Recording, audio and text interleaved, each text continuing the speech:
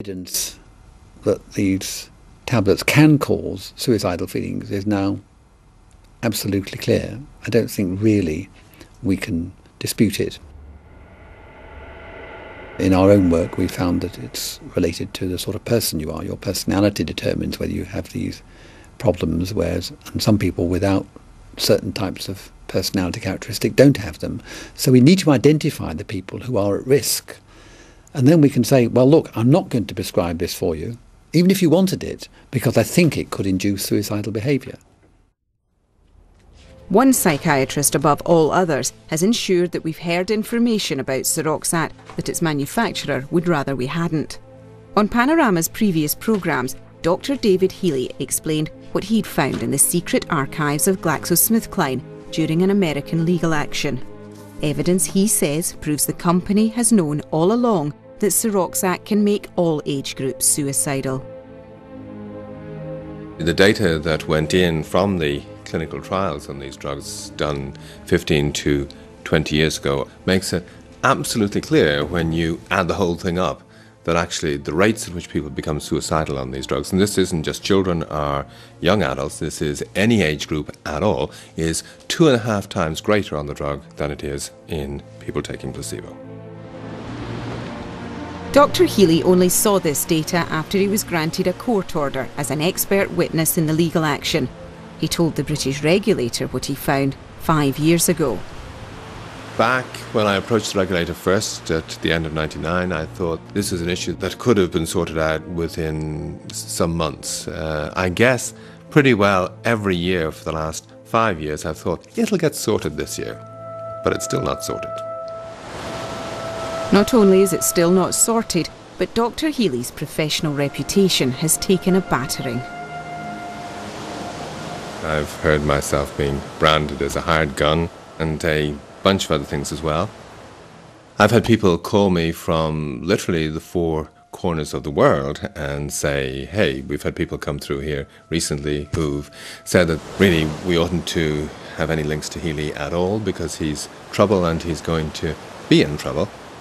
Isolated from mainstream medical opinion, Dr. Healy has also been ridiculed by GlaxoSmithKline. So you're absolutely confident that Dr. Healy is wrong on this issue and will be shown to be wrong? Yes, absolutely. Not only that, but Dr. Healy has made the same claims about a range of other medicines. He made the same claims about Prozac. He made the same claims about a range of other SSRIs. On every occasion, he has been found to be wrong. Now, though, Dr. Healy is attracting support from the very highest level in British psychiatry.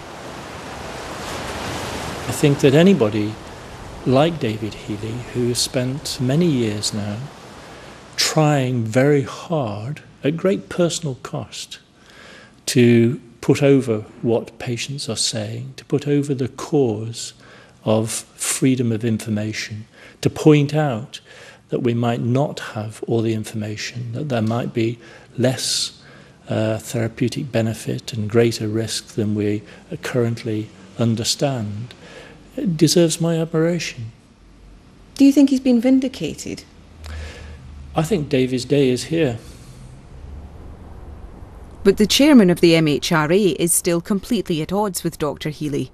He says a recent analysis of 300 clinical trials, all funded by GlaxoSmithKline, proves the drug is safe in adults over 30. There is very good clinical trial evidence. These drugs do not cause suicide. They do not cause suicidal thoughts in adults. There is a very large database. They might cause them in young adults. They do cause them in children, but they absolutely, definitely don't cause them in people over 30. In the adult population, the drugs are effective. There are many, many studies to show that. There are in over 300 studies which have been analysed and studies using epidemiological databases. The drugs do not cause suicide. They do not cause suicidal thoughts.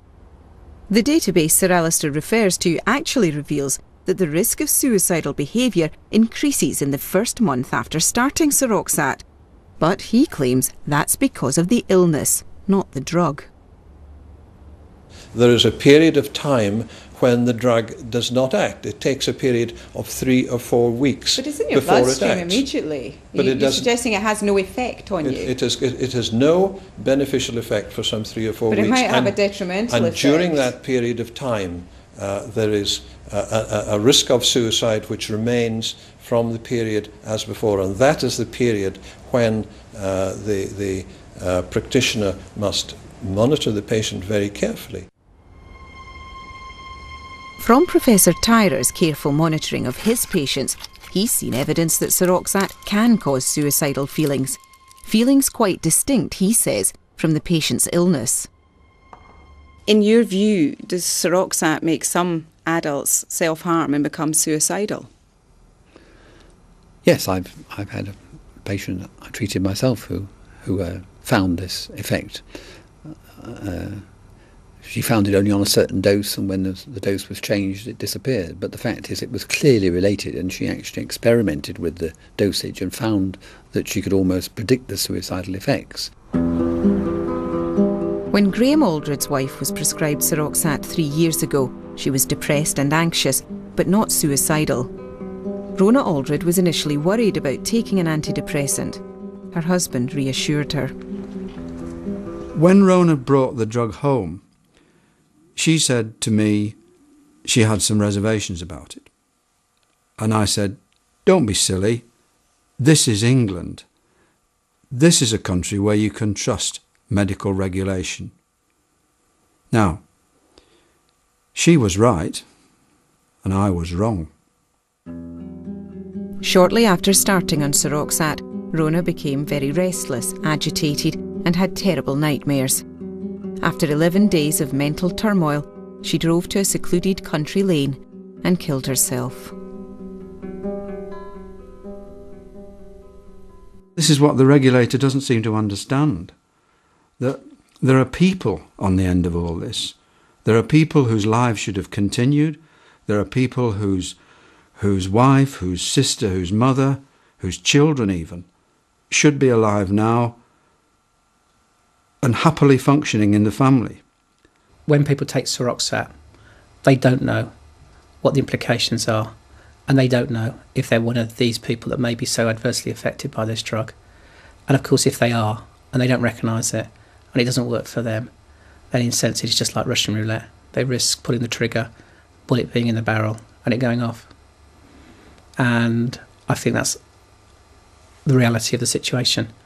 And I don't think the regulator sees it that way at all, which makes it double risky. The MHRA's responsibility for making sure drugs are safe doesn't end once they're licensed. It's also supposed to monitor their safety when they're on the market and widely used. It is very important that, since safety is an issue which is built up as more experience is gained with the drug, that safety is kept under review, and this is why we insist on post-marketing surveillance of a drug, which means that its safety is kept under review during its lifetime.